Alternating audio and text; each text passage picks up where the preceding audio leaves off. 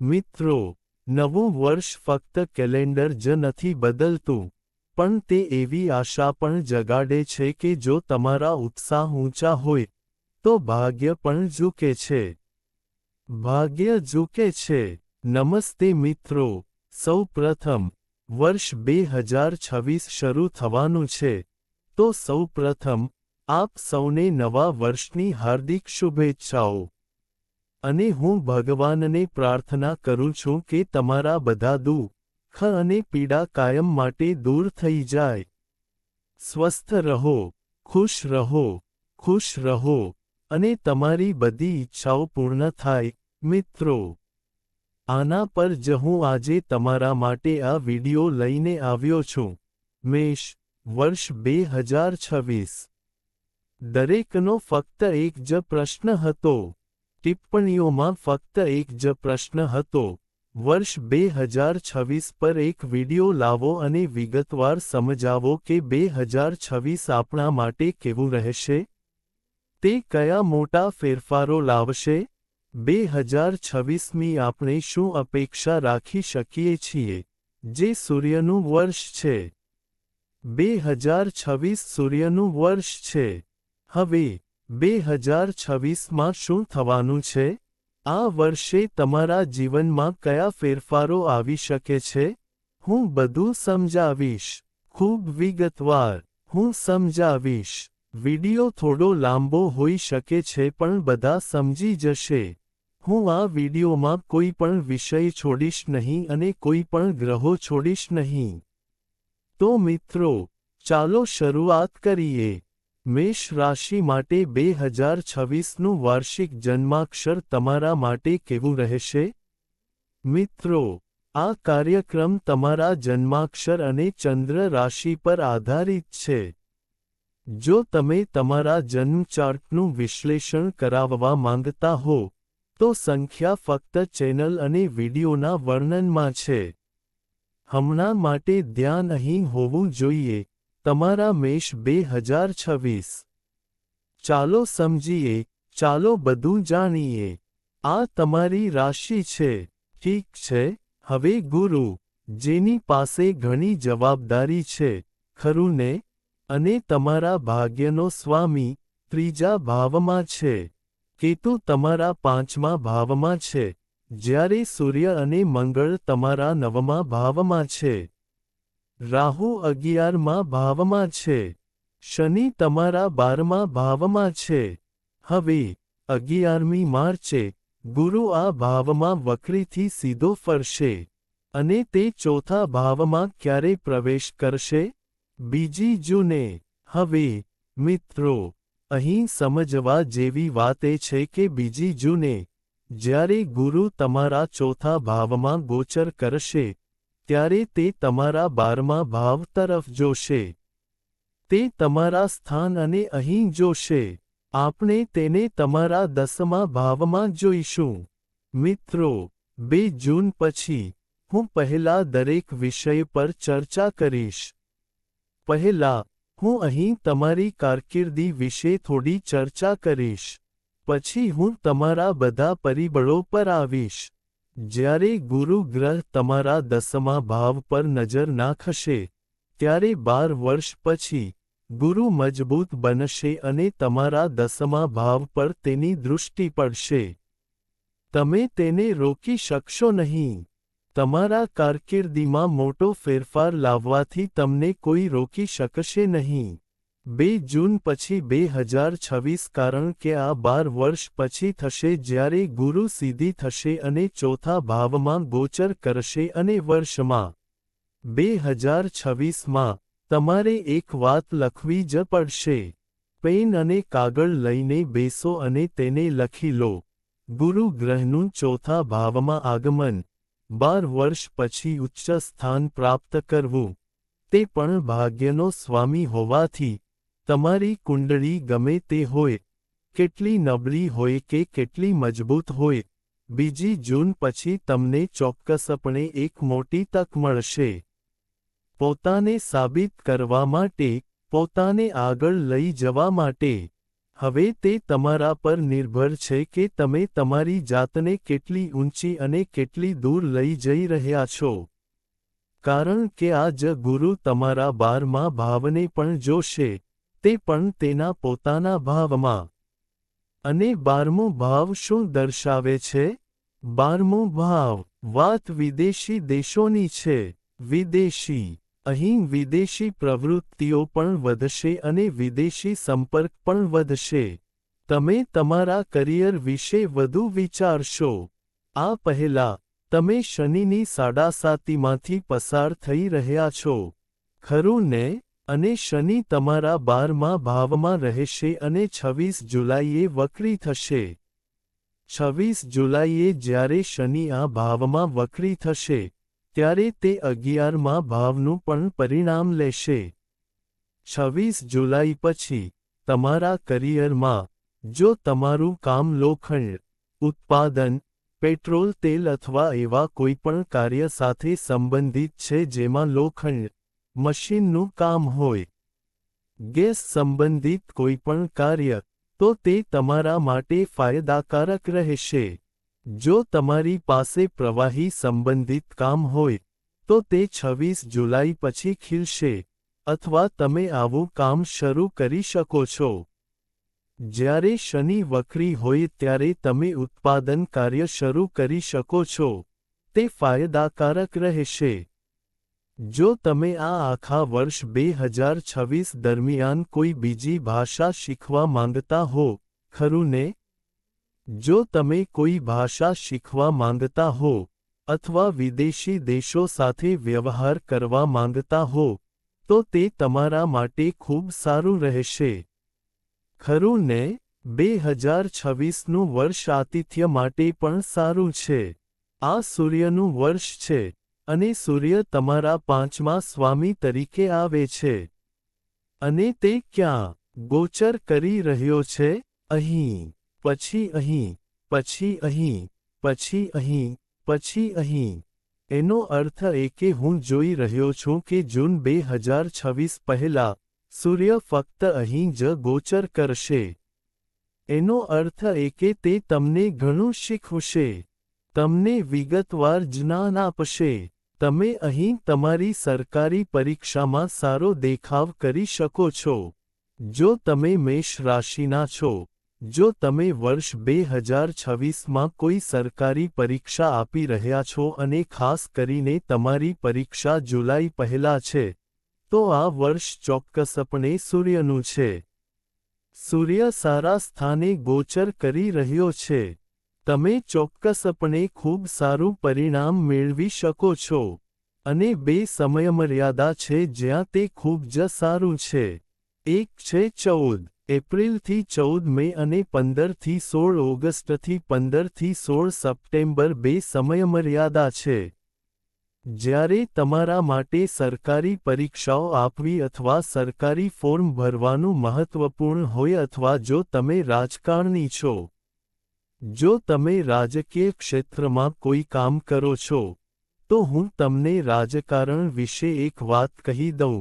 રાહુ તમારા 11મા ભાવમાં છે અને તમારી રાશિનો સ્વામી મંગળ ત્યાં છે અને મંગળ તમારા માટે અહીં આવશે. ઠીક છે, આ ખૂબ જ સારી વાત છે. 16 જાન્યુઆરીથી 24 ફેબ્રુઆરી સુધી, મંગળ અહીં મકર રાશિમાં રહેશે. આ સમજો. 16 જાન્યુઆરીથી 24 જાન્યુઆરી સુધી, મંગળ મકર રાશિમાં ઉચ્ચ રહેશે. આ તમારા ટેકનિકલ માટે ફાયદાકારક રહેશે. IT sector, software, engineering, hotel line, management ખૂબ સારું રહેશે. પછી મંગળ તમારા માટે અહીં આવશે. ઠીક છે, 24 ફેબ્રુઆરીથી 3 એપ્રિલ સુધી, મંગળ તમારા 11મા ભાવમાં રહેશે, અને આ તમારા પ્રમોશન, તમારી સિદ્ધિઓ અથવા તમારી નોકરીમાં કેટલાક સારા ફેરફારો માટે સારું લાગે છે. પરંતુ તમે અહીં જોખમ લેશો. મેં તમને ક્યારે કહ્યું કે મંગળ તમારા 11મા ભાવમાં ક્યારે ગોચર કરશે? 24 ફેબ્રુઆરીથી 3 એપ્રિલ સુધી, તમે અહીં જોખમ લઈ શકો છો. અહીં તમારામાં ઘણો આત્મવિશ્વાસ અને જુસ્સો હશે. તમારી ઈચ્છાઓ ખૂબ ઊંચી હશે. તમારું સ્વાસ્થ્ય સારું રહેશે, પણ તમારા સ્વાસ્થ્યનું ધ્યાન રાખો. ક્યારે? 3 એપ્રિલથી 10 મે સુધી, જ્યારે મંગળ તમારી મીન રાશિમાં રહેશે. 3 એપ્રિલથી 10 મે સુધી, જ્યારે તમારી રોગપ્રતિકારક શક્તિ થોડી ઓછી હશે, અથવા જો તમે આવી કોઈ જગ્યાએ મુસાફરી કરો છો, તો તે સમય દરમિયાન થોડી કાળજી રાખો. 3 એપ્રિલથી 10 મે સુધી માથાનો દુખાવો, માઇગ્રેન, ચેપ, એલર્જી. પરંતુ 10 મેના રોજ, મંગળ પ્રથમ ભાવમાં ગોચર કરશે અને તે 45 દિવસ તમારા માટે ખૂબ સારા રહેશે. તમારા સંબંધો, તમારા આત્મવિશ્વાસ, તમારી સિદ્ધિઓની બાબતમાં તે ખૂબ જ સારો રહેશે. હવે આ વર્ષ સૂર્યનું છે. ફક્ત તમારા અભ્યાસ પર ધ્યાન આપો. ચાલો તેના વિશે અને તમારા ભાગ્ય, તમારા વ્યવસાય, તમારા એકંદર જીવન વિશે ચર્ચા કરીએ. જુઓ, આ કેતુ તમારા 5મા ભાવમાં છે. કેતુ અહીં 5મા ભાવમાં રહેશે. તે લાંબા સમય સુધી ત્યાં રહેશે. તેનું પરિવર્તન 5 ડિસેમ્બરે થશે. હવે જુઓ, કેતુ 5મા ભાવમાં બેસવાનો અર્થ એ છે કે આવી કેટલીક બાબતો તમારી અંદર રહેશે. હું પ્રેમ સંબંધ વિશે ચર્ચા કરી રહ્યો છું. ક્યારેક તમે નાની નાની બાબતો પર ચીડાઈ શકો છો, હતાશ થઈ શકો છો, ખૂબ ઊંચી અપેક્ષાઓ રાખી શકો છો કારણ કે આ વર્ષ સૂર્યનું છે. સૂર્ય 5મો સ્વામી છે. આનો અર્થ એ છે કે તમે તમારા પ્રેમ સંબંધમાં ઘણી અપેક્ષાઓ હશે. તમારી પાસે ખૂબ જ ઊંચી આશાઓ હશે. જો તમારી પાસે પ્રેમ સંબંધ નથી, તો હું એવા લોકોની વાત કરી રહ્યો છું જેમની પાસે નથી. વર્ષ 2026માં તમારા પ્રેમ સંબંધ બનવાની ખૂબ જ શક્યતા છે. કારણ કે તમારો સૂર્ય અહીં ગોચર કરી રહ્યો છે. તે ફરીથી અહીં આવશે, અને ખાસ કરીને ઓગસ્ટ-સપ્ટેમ્બર પહેલા, તમે કોઈ પ્રકારનો પ્રેમ સંબંધ બનાવી શકો છો. તમારો કોઈ સાથે ખૂબ સારો સંબંધ હોઈ શકે છે. અથવા તમને સરકાર તરફથી કોઈ ખૂબ સારો લાભ મળી શકે છે અથવા તમારો સરકાર સાથે કોઈ પ્રકારનો વ્યવહાર થઈ શકે છે. મને લાગે છે કે આ અહીં જોઈ શકાય છે. અને જો હું તમારા અભ્યાસ પર વિચાર કરું તો મિત્રો, આ મહિનો, આ વર્ષ 2026, તમારા માટે ખૂબ જ સારો લાગે છે. પરંતુ તમારા ઘનશ્યોમાં સુસંગત રહો. તમે જે પણ કરવા માંગો છો, તે ખૂબ જ સારી રીતે કરવાનો પ્રયાસ કરો. તમારા મન, તમારા કોચિંગ સેન્ટર, અથવા તમે હાલમાં જ્યાં અભ્યાસ કરો છો તે સ્થળને છોડશો નહીં. સુસંગત રહો અને ત્યાં તૈયારી કરો. તે તમારા માટે ખૂબ સારું રહેશે. ઠીક છે. ઉપરાંત, ભાગ્યનો સ્વામી ગુરુ, આખા વર્ષ દરમિયાન ખૂબ જ સારો રહે છે. કોણ સારી રીતે જાણે છે કે આ વર્ષ તમારા માટે કેમ છે? વર્ષ 2026 મેષ કારણ કે હું ભાગ્યમાં સૌથી વધુ વિશ્વાસ કરું છું. કર્મ ચોક્કસપણે મહત્વપૂર્ણ છે. તમારે તમારું કાર્ય કરવું પડશે પરંતુ તમારી પાછળ તમારા આશીર્વાદ અને નસીબ કેટલા સારા છે. હું જે પહેલી વસ્તુ જોઉં છું તે એ છે કે કયા વર્ષમાં તમારું નસીબ કેટલું મહત્વપૂર્ણ ભૂમિકા ભજવી રહ્યું છે. ગુરુ ભાગ્યનો સ્વામી છે અને ગુરુ અહીં છે. પરંતુ આ જ ગુરુ 31 ઓક્ટોબરે અહીં જશે. 31 ઓક્ટોબરે ગુરુ અહીં આવશે અને અહીં જોશે. આનો અર્થ એ છે કે તમારું નસીબ આખા વર્ષ દરમિયાન ખૂબ જ મજબૂત છે. 31 ઓક્ટોબર પછી, હું કહીશ કે આ આખું વર્ષ બાળકો, કુટુંબ નિયોજન, કેટલીક મોટી વસ્તુઓની ખરીદી અને વેપાર માટે સારું છે. પરંતુ તે ખાસ કરીને સારું છે. 31 ઓક્ટોબર 2026 પછી તે ખૂબ સારું છે. તમારું વેચાણ, ખરીદી અને વેપાર ઘણું સારું રહેશે. જેમ મેં સરકાર વિશે કહ્યું હતું, એપ્રિલ અને ઓગસ્ટ મહિના ખૂબ સારા છે. આખું વર્ષ તમારું નસીબ સારું રહે છે. રાહુ તમારા 11મા ભાવમાં છે. આ વર્ષે, તમારે એક વાત ધ્યાનમાં રાખવી જોઈએ, રાહુ તમારા 11મા ભાવમાં રહેશે. રાહુની 11મા ભાવમાં હાજરીનો અર્થ અચાનક આવક થાય છે. મેષ રાશિના લોકો તમને પૈસા કમાતા જોઈ શકે છે અથવા તમારા પ્રોફાઇલમાં અચાનક ફેરફાર, અચાનક નામ અને ખ્યાતિ મેળવી શકે છે. ફક્ત તમારા શનિની સાડાસાતી ચાલી રહી છે જે થોડી નકારાત્મક છે અને તમને બિનજરૂરી મુસાફરી કરાવે છે. તમારા દાંતમાં દુખાવો થઈ શકે છે. વર્ષ 2026માં તમે દંત ચિકિત્સક પાસે જઈ શકો છો. તમે આંખના ડોક્ટર પાસે જઈ શકો છો. હું આ કેમ કહી રહ્યો છું? છેવટે, કારણ કે શનિ તમારા બીજા ભાવ અને ખભામાં દુખાવો જોઈ રહ્યો છે.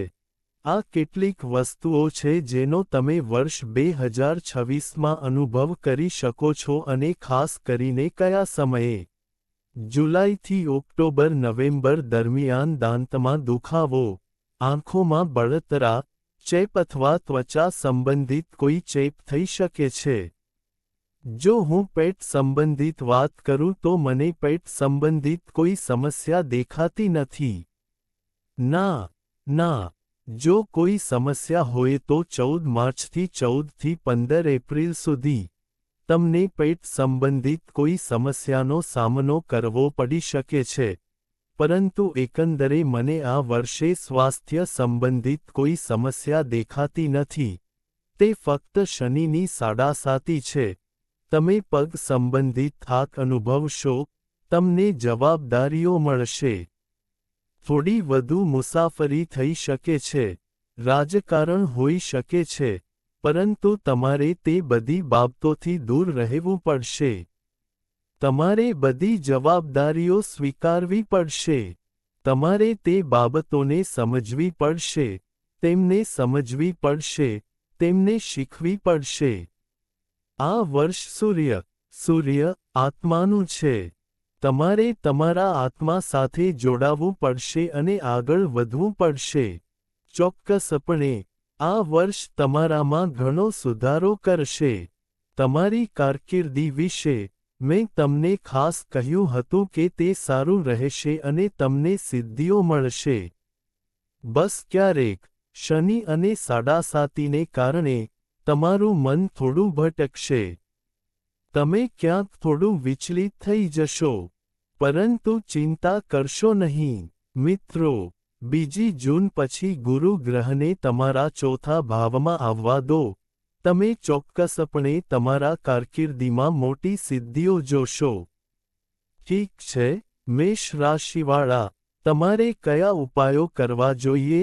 સૌપ્રથમ, હું તમને વર્ષ 2026 માટે ખૂબ જ મહત્વપૂર્ણ ઉપાયો જણાવી રહ્યો છું. જુઓ, તમારી રાશિ મેષ છે. સૌપ્રથમ, દર મંગળવારે મંદિરમાં જાઓ. ભગવાન હનુમાનની પૂજા કરો. જો તમે મંદિરમાં ન જઈ શકો, તો ઘરે ભગવાન હનુમાનની પૂજા કરો. દરરોજ બજરંગબલીની હનુમાન ચાલીસાનો પાઠ કરો. મંગળના બીજ મંત્રનો પાઠ કરો. ઓમ ક્રમ ક્રમ ક્રોમ સૌભાય નમઃ. દરરોજ વહેલી સવારે 108 વખત ઓમ નમઃ શિવાયનો જાપ કરો. એકવાર, ઉગતા સૂર્યને જળ અર્પણ કરો. હું તમને કેટલી વાર કહું? 2024 એ સૂર્યનું વર્ષ છે. તમે સૂર્યને જેટલા વધુ પ્રસન્ન કરશો, તેટલા વધુ તમે ચમકશો. સૂર્યને જળ અર્પણ કરો. આદિત્ય હૃદય સ્તોત્રનો પાઠ કરો. આ પણ સૂર્ય માટે છે. ઠીક છે, અને દરરોજ 108 વખત વિષ્ણુ સહસ્ત્રનામનો પાઠ કરો. તમને વિડિયો કેવો લાગ્યો, મિત્રો? કૃપા કરીને તેને લાઈક કરો અને શેર કરો. અમારી સાથે રહો. હર હર મહાદેવ.